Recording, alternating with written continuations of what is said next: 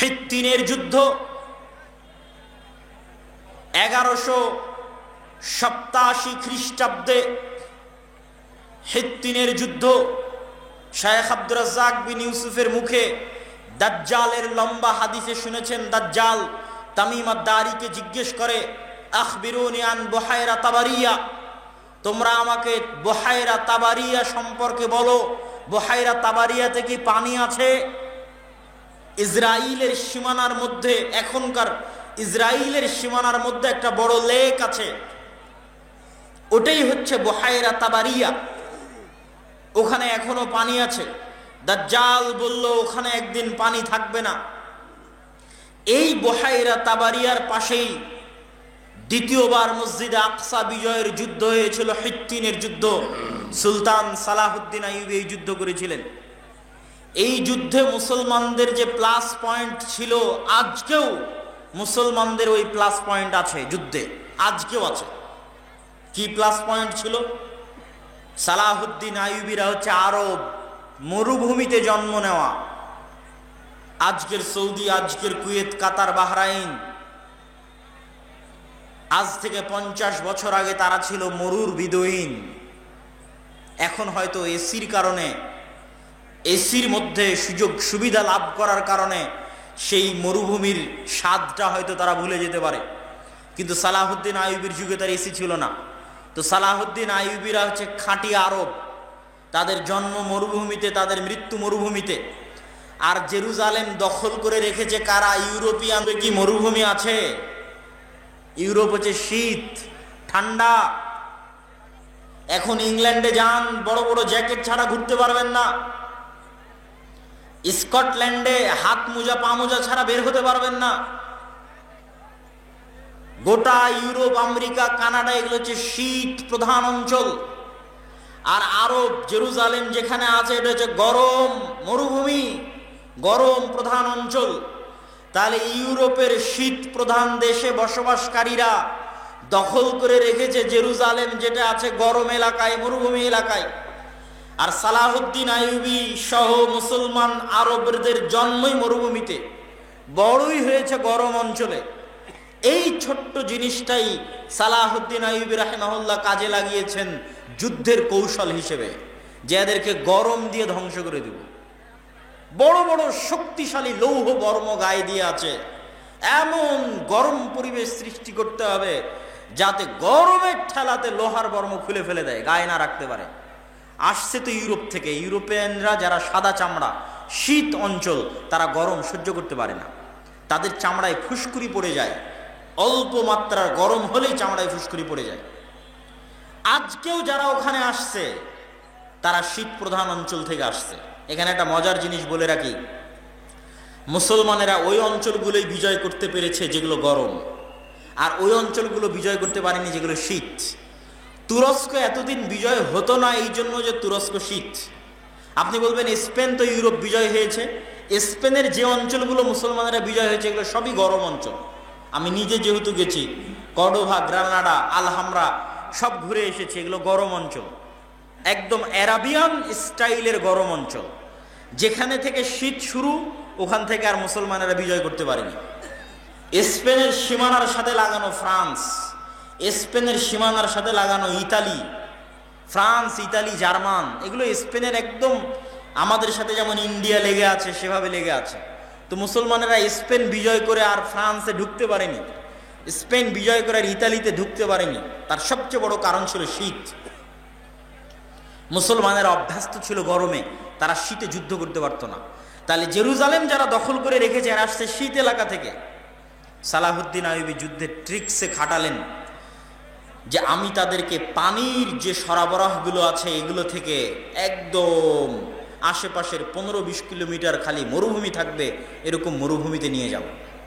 তো যুদ্ধ শুরু করলেন স্বাভাবিক শহর এলাকাতেই, একটু করে আগান, একটু করে পিছান, একটু করে আগান, একটু করে পিছান, পিছাতে পিছাতে পিছাতে পিছাতে তাদেরকে বুঝাচ্ছেন যে আমরা পরাজিত হচ্ছি, কিন্তু আসলে তিনি তাদেরকে টেনে টেনে মরুভূমির মধ্যে নিয়ে যাচ্ছেন, পানির সকল সরবরাহ থেকে বিচ্ছিন্ন করে দিচ্ছেন।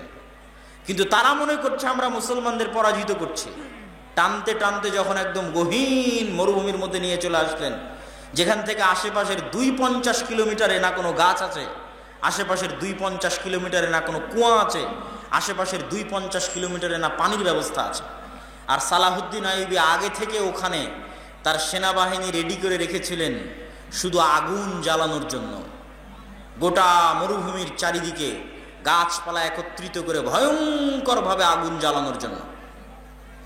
যুদ্ধ হচ্ছে জুন জুলাই মাসে, একদম কাঠ ফাটা রোদে জুন জুলাই মাসের মধ্যে মরুভূমির মধ্যে একে তো সূর্যের তাপ, একে তো মরুভূমির বালুর তাপ, আর একে তো চারিদিকে জ্বালিয়ে দেওয়া হয়েছে আগুন, আগুনের তাপ।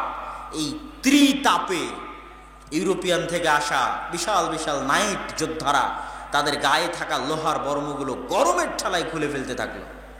আর মুসলমানদের তো জন্মই হয়েছে মরুভূমিতে, তারা গরম সহ্য করাও জানে, তারা গরমে থাকাও জানে, বিনা পানিতে বসবাস করাও জানে। এইভাবে সালাহুদ্দিন আইয়ুবী রাহিমাহুল্লাহ হিত্তিনের যুদ্ধে ক্রুসেডার বাহিনীকে পরাজিত করে বিনা রক্তপাতে মসজিদে আকসা বিজয় করলেন। একটা জিনিস মনে রাখবেন, মুসলমানেরা 2 বার মসজিদে আকসা বিজয় করেছে, 2 বারই বিনা রক্তপাতে, এক ফোঁটা রক্তও পড়েনি। আর ক্রুসেডাররা যখন মসজিদে আকসা বিজয় করেছে তখনও রক্ত ঝরেছে, আর আজ তো রক্ত ঝরছেই ঝরছেই ঝরছেই। আরো একটা জিনিস মনে রাখবেন, ইতিহাসের সূক্ষ্ম জিনিস আপনাকে বলে যাচ্ছে। ওমর রাদিয়াল্লাহু তাআলা আনহু যখন মসজিদে আকসা বিজয় করেন তখন পাদ্রীরা ওমর রাদিয়াল্লাহু তাআলা আনহুকে জোর করে লিখিয়ে নিয়েছিলেন। চুক্তিনামার মধ্যে ওমর রাদিয়াল্লাহু তাআলা আনহুকে জোর করে লিখিয়ে নেওয়া হয়েছিল যে লেখেন চুক্তিনামার মধ্যে যে এই জেরুজালেমে কোনো ইহুদিকে বসবাস করতে আপনি দিবেন না। ওমর রাদিয়াল্লাহু তাআলা আনহুর কাছে খ্রিস্টানদের দাবি যে আপনি জেরুজালেম বিজয়ের যে চুক্তি, এই চুক্তিতে লেখেন যে এই জেরুজালেমে আপনি কোনো ইহুদিকে বসবাস করতে দিবেন না। এই চুক্তি এখনো আছে লিখিত আকারে, কিয়ামা কানিসা আল কিয়ামা, কিয়ামা গির্জায় লিখিত আকারে ওই চুক্তি আছে, যার মধ্যে ওমর রাদিয়াল্লাহু তাআলা তাদের পবিত্র স্থানগুলো দেখার অনুমতি দিয়েছিলেন যে তোমরা এসে দেখে ঘুরে যেতে পারো, বসবাস করতে পারবে না। ইহুদিরা নিজে কলমে লিখে গেছে যে গত 1,500-2,000 বছর যাবৎ তাদের সবচেয়ে গোল্ডেন টাইম ছিল স্পেনে যে মুসলমানদের শাসন ছিল, আন্দালুস, স্পেন, কর্ডোভা, টলেডো, গ্রানাডায় মুসলমানদের যে স্বর্ণযুগের শাসন ছিল, ওই স্বর্ণযুগের শাসনে ইহুদিরা যেই পরিমাণ সুযোগ সুবিধা ভোগ করেছে আর কোনোদিন অতীতে এবং পরে কোন শাসক তাদেরকে ওই পরিমাণ সুযোগ সুবিধা প্রদান করেনি। ওই সময় তারা জ্ঞান বিজ্ঞান শিখে, নতুন নতুন থিওরি তাদের মাথায় আসে, তারা খ্রিস্টানদের মধ্যে ভাঙ্গন তৈরি করে, প্রোটেস্ট্যান্ট খ্রিস্টান আবিষ্কার করার মাধ্যমে মুসলমানদের মধ্যে ভাঙ্গন তৈরি করে, প্ল্যান করে কিভাবে পুনরায় জেরুজালেমে ফিরে যেতে হবে, কিভাবে পুনরায় দখল করা যাবে, এগুলো সকল প্ল্যান তারা ওই সময় করে। বলছিলাম ওমর রাদিয়াল্লাহু তাআলা আনহু যেমন বিনা রক্তপাতে মসজিদ আকসা বিজয় করেছিলেন, সুলতান সালাহুদ্দিন আইয়ুবীও তেমনি বিনা রক্তপাতে মসজিদ আকসা বিজয় করেছিলেন। এই মসজিদ আকসা বিজয়ের 60-70 বছরের মাথায় তখনও পরিপূর্ণ আরব বিশ্ব ক্রুসেডার থেকে খালি হয়নি। 60-70-80 বছরের মাথায় মঙ্গোলীয়দেরকে পরাজিত করছেন সাইফুদ্দিন কুতজ, আর জহিরউদ্দিন আল বেরবাস পরাজিত করছেন। মঙ্গোলীয়রা চীনের সীমান্ত থেকে বের হয়ে Uzbekistan, Kyrgyzstan, Kazakhstan, Afghanistan, Samarkand, Bukhara পায়ের নিচে পিষতে পিষতে ইরান, নিশাপুর পিষতে পিষতে ইরাকের বাগদাদ, লক্ষ লক্ষ মুসলমানের মাথা কেটে এই ঝড়কে পৃথিবীতে থামানোর মতো কেউ ছিল না। মুসলমানেরা লিখতে বাধ্য হয়েছে আর ইয়াজুজ মাজুজ। মাত্র 100 বছরের ব্যবধানে একদিকে ক্রুসেডাররা আর একদিকে মঙ্গোলীয়রা। এর চেয়ে ভয়াবহ পরিবেশ পৃথিবীর ইতিহাসে মুসলমানেরা আর কোনোদিন দেখেনি। আজকের পরিবেশ অত ভয়াবহ নয়, ওই দিন পরিবেশ যত ভয়াবহ ছিল। এই যে তাদের স্রোত, এই স্রোত গিয়ে থামলো মিশরে। মিশরে তখন ক্ষমতায় ছিলেন সালাহুদ্দিন আইয়ুবীর পরই, সালাহুদ্দিন আইয়ুবীর পরপরই মামলুকরা ক্ষমতায় আসে। মামলুক কারা? আজকে যেমন মাদ্রাসাগুলোতে এতিমখানা আছে, এতিমখানায় ছাত্ররা পড়ে, ওই যে নিজামিয়া মাদ্রাসা নিজামিয়ায় পড়াশোনা করত বিভিন্ন অঞ্চল থেকে আসা গরিব, দাস, গোলাম, ইয়তিম ছাত্ররা। ওই সমস্ত ছাত্রদের দিয়েই শুধু জিহাদের জন্য একটা টিম ছিল। তারাই জিহাদ করতে করতে করতে করতে একসময় তাদের হাতেই ক্ষমতা চলে আসে। বিশেষ করে সালাহুদ্দিন আইয়ুবীর মৃত্যুর পরে তার ছেলে অথবা তার ছেলের ছেলের স্ত্রী শাজারাতুদ্দুর যখন মামলুক কোন একজন বাদশাকে বিবাহ করেন, তখন মামলুকেরা পরিপূর্ণ ক্ষমতায় চলে আসে। এই মামলুকদেরই ছিল সাইফুদ্দিন কতজ সেনাপতি, এই মামলুকদেরই ছিল সেনাপতি জহিরুদ্দিন বেরবাস। তাদের সাথে দ্বিতীয় যুদ্ধ হচ্ছে আইনে জালুতের যুদ্ধ, তথা 1187 মাত্র 60-70-80 বছর পরে আইনে জালুতের যুদ্ধ হচ্ছে মঙ্গোলীয় হালাকু খা চেঙ্গিস খানের বিরুদ্ধে। পৃথিবীর ইতিহাসে এটা তাদের প্রথম পরাজয়। তারা ভুলেই গেছিল যে কেউ তাদের পরাজিত করতে পারে। আর এই মিশরে যদি তারা পরাজিত না হতো, তাহলে পুনরায় মঙ্গোলীয়দের হাতে বাইতুল মুকাদ্দাস ধ্বংস হয়ে যেত। তাদের কাছে তো আর বাইতুল মুকাদ্দাস পবিত্র না। তাদের হাতে কাবা ধ্বংস হয়ে যেত, তাদের হাতে মসজিদে নববী ধ্বংস হয়ে যেত। মসজিদে নববী, কাবা এবং বাইতুল মুকাদ্দাস ধ্বংস হওয়ার আগের শেষ যুদ্ধ ছিল বাগদাদ ধ্বংস হয়ে যাওয়ার পরে, সিরিয়া ধ্বংস হয়ে যাওয়ার পরে শেষ যুদ্ধ ছিল মিশর আইনে জালুতের যুদ্ধ। সাইফুদ্দিন কতজ এবং জহিরুদ্দিন বেরবাস এই যুদ্ধে অবতীর্ণ হয়েছিলেন এবং এটাও একটি অসম যুদ্ধ ছিল, তথা মুসলমানদের সংখ্যা ছিল কম আর তাদের সংখ্যা ছিল বেশি। সম্মানিত উপস্থিতি, এই দুই ঘটনার মাত্র 100 বছরের ব্যবধানে উসমানীয় খেলাফতের খলিফা মুহাম্মদ আল ফাতেহ বিজয় করেন ইস্তাম্বুল, কুস্তুনতুনিয়া। তাহলে পুরো সারমর্ম আপনাকে টেনে দিলাম যে 300 বছরে মুসলমানেরা সবচেয়ে ভয়ঙ্কর অবস্থা দেখেছে। একদিকে ক্রুসেডারেরা, একদিকে মঙ্গোলীয়রা। ক্রুসেডার এবং মঙ্গোলীয়দের মুসলমানেরা পরাজিত করেছে, তারপরে মুসলমানেরা ইস্তাম্বুল, কুস্তুনতুনিয়া, কনস্টান্টিনোপল বিজয় করেছে। আজকে মুসলমানেরা ওই রকম খারাপ এবং ভয়াবহ পরিস্থিতির মুখোমুখি হয়নি, কিন্তু আজকে মুসলমানেরা বিজয় হচ্ছে না কেন? আজকে জেরুজালেম মসজিদে আকসা মুসলমানদের হাতে নাই কেন? আজকে জেরুজালেম মসজিদে আকসা মুসলমানদের হাতে না থাকার কারণ, আর এই মসজিদে আকসা, এই জেরুজালেম যুগে যুগে যতবার বিজিত হয়েছে, তার যদি সারমর্ম আপনি দেখেন, তাহলে আমি বক্তব্যের শেষে গিয়ে আরও আপনাকে সারমর্ম বলবো যে কেমনে কিভাবে মুসলমানেরা পুনরায় সেই জায়গায় নিজেদের ফিরিয়ে নিয়ে যেতে পারবে, বলবো ইনশাআল্লাহ। তার আগে বলে নেই, আজকে সারা বিশ্বের মুসলমানদের চারিত্রিক বিকৃতি ঘটেছে ঔপনিবেশিক শাসন আমলে। ঔপনিবেশিক শাসন আমল হচ্ছে আমাদেরকে যেমন ব্রিটিশরা শাসন করেছিল 190 বছর। আপনারা আজকে যেই জমির মালিক হয়েছেন, এই জমির মালিক আপনারা ছিলেন না। একদম ক্লিয়ার কথা বলছে, আপনারা যারা এখানে বসে আছেন সবার নামে জমি আছে। 1937-এর আগে এগুলো একটা জমি আপনাদের নামে ছিল না, সব জমি ছিল জমিদারদের। এই অঞ্চলে যারা আজকে আপনারা বসবাস করছেন, আপনারা জমির মালিক হয়েছে আপনাদের বাপদাদারা 1937-এ। জমিরই মালিক ছিলেন না আপনারা, জমি নাই আপনার। মানে আপনি বলতে পারবেন না যে এই জমি আমার, জমি জমিদারের, আর আপনি হচ্ছে তাদের অধীনে গোলামি করবেন। এই যুগ ছিল 190 বছর এই অঞ্চলে। এই 190 বছরের গোলামিতে আমাদের চরিত্র বিকৃতি হয়ে গেছে। আমরা ওই 190 বছর যে ব্রিটিশদের গোলামি করেছি, ওই গোলামি থেকে এখনো 60 বছরে বের হতে পারিনি। ওই 190 বছরের গোলামিতে আমাদের চরিত্র বিকৃত হয়ে গেছে। তো এইভাবে যুগে যুগে যখনই কোনো জাতির চরিত্র বিকৃতি হয়ে যায়, স্বাধীনভাবে আর চিন্তা ভাবনা থাকে না, তখন তারা আর স্বাধীন ভাবতেও পারে না, আর উঁচু হিম্মতও কাজ করে না। তো আজকে আপনারা যেমন ব্রিটিশদের গোলাম ছিলেন 190 বছর, এই গোটা মুসলিম বিশ্বের কোনো না কোনো দেশ, কোনো না কোনো ইউরোপিয়ান কান্ট্রির উপনিবেশ কলোনি ছিল, গোলাম ছিল।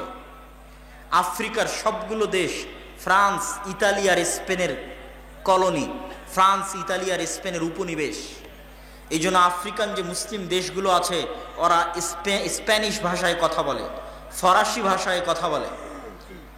আমাদের ভারত, পাকিস্তান, বাংলাদেশের মানুষ যেমন সবচেয়ে বেশি যায় ইংল্যান্ডে, ঠিক আফ্রিকার মানুষজন সবচেয়ে বেশি যায় ফ্রান্সে, আফ্রিকার মুসলমানেরা সবচেয়ে বেশি যায়, মরক্কোর মুসলমানেরা সবচেয়ে বেশি যায় স্পেনে।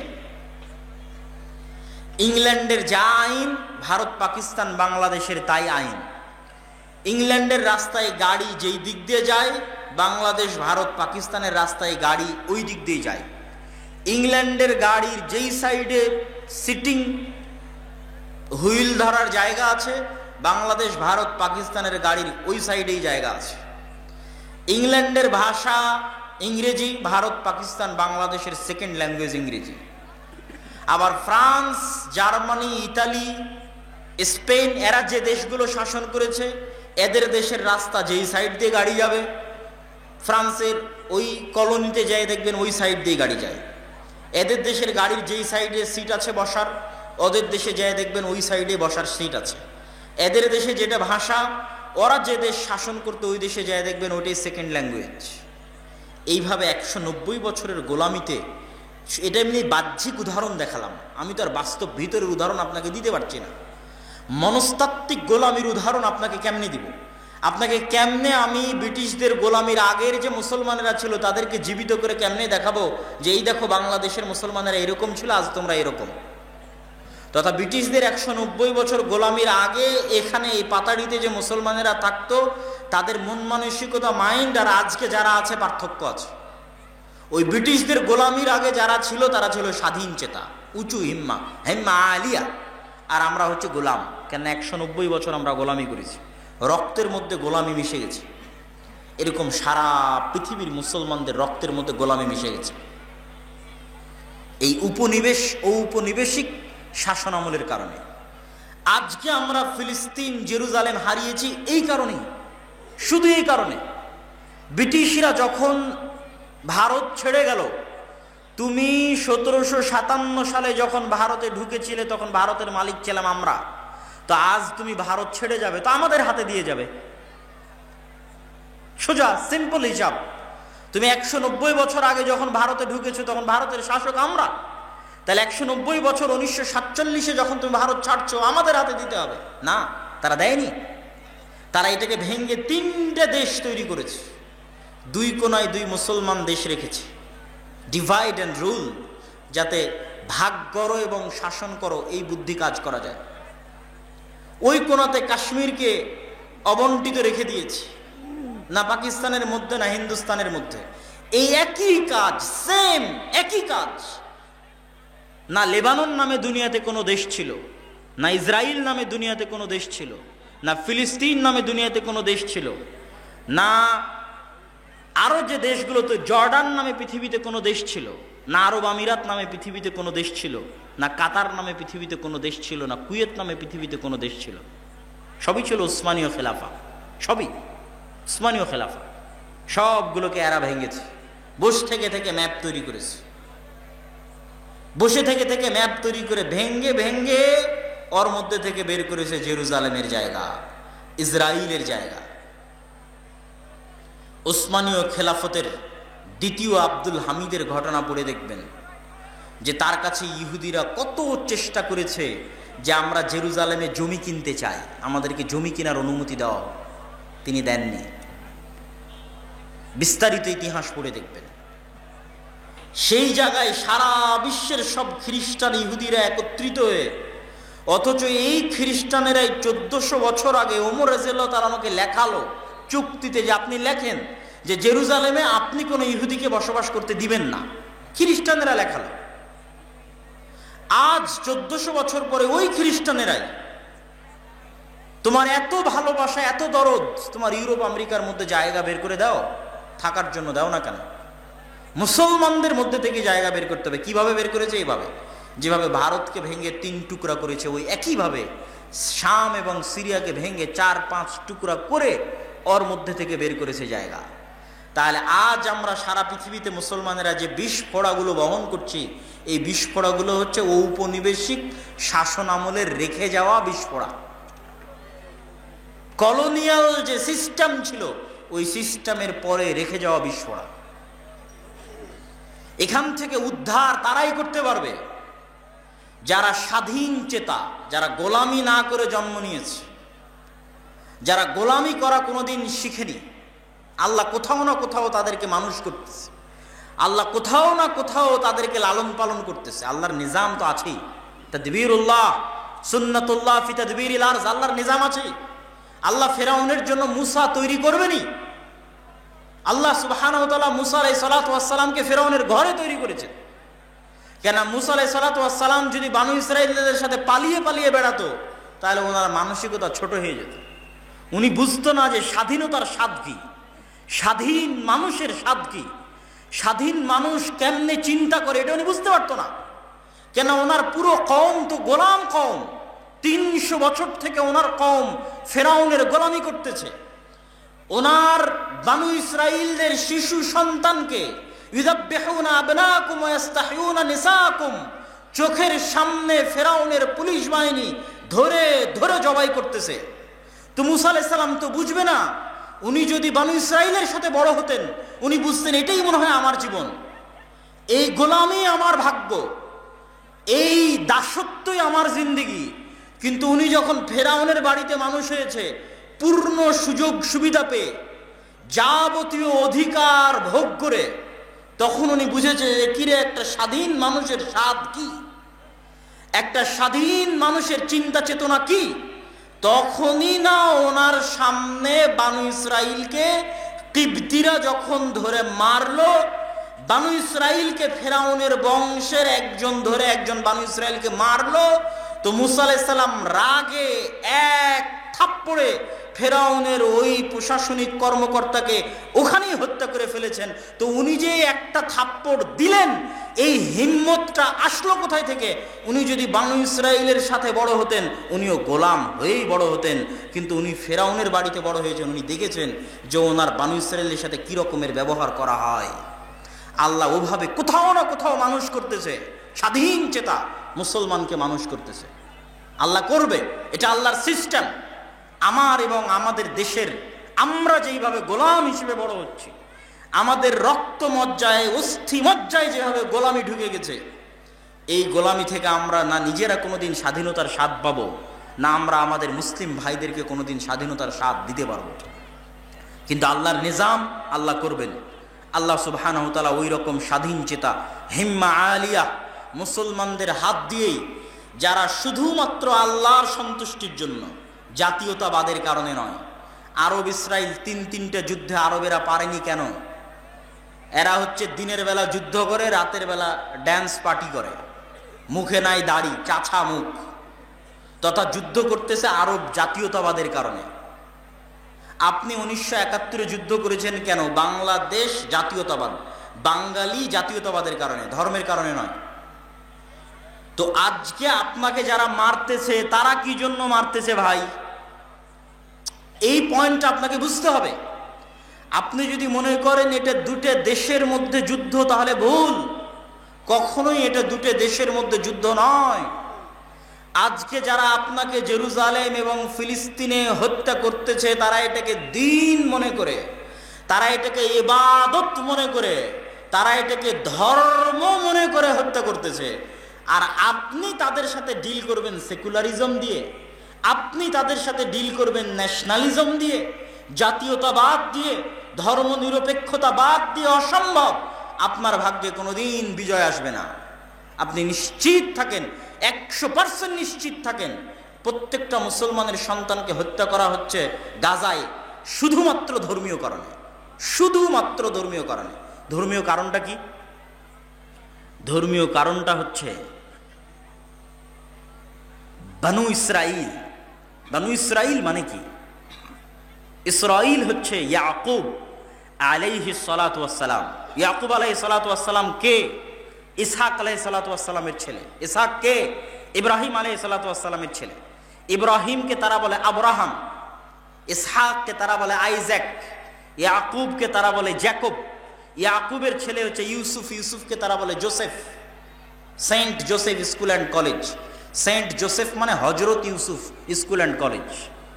আপনি যে ইউসুফ আলাইহিসসালাতু ওয়াসসালাম, ওই জোসেফ উনি, আলাদা কোনো ব্যক্তি না। আপনি বলছেন হজরত ইউসুফ, উনি বলেছে সেন্ট জোসেফ। তাহলে পৃথিবীর এই তিনটা আসমানি ধর্ম হচ্ছে আব্রাহামিক রিলিজিয়ন বা সেমেটিক রিলিজিয়ন, তথা ইব্রাহিম আলাইহিসসালাতু ওয়াসসালামের পক্ষ থেকে পাওয়া ধর্ম বা সেমেটিক ধর্ম। সেমেটিক মানে কি? নূহ আলাইহিসসালাতু ওয়াসসালামের 3 ছেলের এক ছেলে হচ্ছে সাম, আর এক ছেলে ইয়াফেস, আর এক ছেলে হাম। যারা নৌকাতে উঠেছিলেন 3 ছেলে, যাদেরকে আল্লাহ বাঁচিয়ে রেখেছিলেন মুমিন হিসেবে, তাদের একজন সাম, তাদের একজন ইয়াফেস, তাদের একজন হাম। যাদের গায়ের রং মেটে হয় আমাদের মতো, আরবদের মতো ধূসর হয়, তারা হচ্ছে সামের বংশধর। যাদের গায়ের রং সম্পূর্ণ সাদা হয় ইউরোপিয়ানদের মতো, রাশিয়ানদের মতো, তারা হচ্ছে ইয়াফেসের বংশধর। যাদের গায়ের রং সম্পূর্ণরূপে কালো হয়, তারা হচ্ছে হামের বংশধর। তো দুনিয়াতে আল্লাহ যত নবী পাঠিয়েছেন সব পাঠিয়েছেন সামের বংশে। এই জন্য তিনটা ইসলাম, ইহুদি, খ্রিস্টানকে বলা হয় সেমেটিক রিলিজিয়ন, তথা সবগুলো সাম থেকে সেমেটিক, সবগুলো সামের বংশে। এখানে আরো একটা মজার জিনিস যদি আপনারা মনে রাখতে পারেন, রাখবেন। যারা ইউরোপ আমেরিকায়, যারা অনলাইনে শুনতেছেন, তারাও মনে রাখতে পারেন। আপনাদের যাওয়ার ভাগ্য হলে মনে রাখবেন, না হলে রাখবেন না। কিন্তু যারা অনলাইনে শুনছেন তারা মনে রাখতে পারেন। যারা সাদা চামড়ার, তাদের সাদা চামড়া নিয়ে গর্ব আছে। ওরা বাহিরে যতই মিষ্টি কথা বলুক, ভিতরে সাদা চামড়ার গর্বে ভরা। আপনি যেমন এখান থেকে ইন্ডিয়া গেলে আপনাকে বাঙালি বলে ছোট করবে, এখান থেকে পাকিস্তান গেলে বাঙালি বলে ছোট করবে, ঠিক আবার আরবে গেলে বাঙালি বলে ছোট করবে। তো ঠিক তখন ইউরোপে যাবেন, তখন গোটা এশিয়া বলে ছোট করবে। গোটা ইন্ডিয়া, পাকিস্তান, বাংলাদেশ, চীন সব মিলে হচ্ছে এশিয়া। এরা হচ্ছে এশিয়া থেকে আসছে, এশিয়া বলে ছোট করবে, কেন এদের গায়ের রং সাদা নয়। তো আপনি যতই ওদের নাগরিকত্ব নেন, এই চামড়া যদি পরিবর্তন না করতে পারেন, তাহলে কোনো না কোনো এক সময় গিয়ে আপনি ডিসক্রিমিনেশনের শিকার হবেন। মজার জিনিস কি? মজার জিনিস হচ্ছে তারা যে সাদা চামড়ার গর্ব করে, আবার তারা যে নবীর অনুসরণ করে।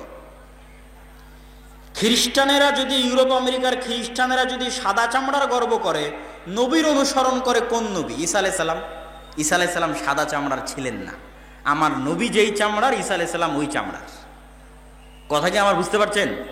কেন ঈসা আলাইহিস সালাম হচ্ছে সামের বংশধর, সেমিটিক রিলিজিয়ান। আরবে জন্মগ্রহণ করেছেন ঈসা আলাইহিস সালাম, ফিলিস্তিনে জন্মগ্রহণ করেছেন।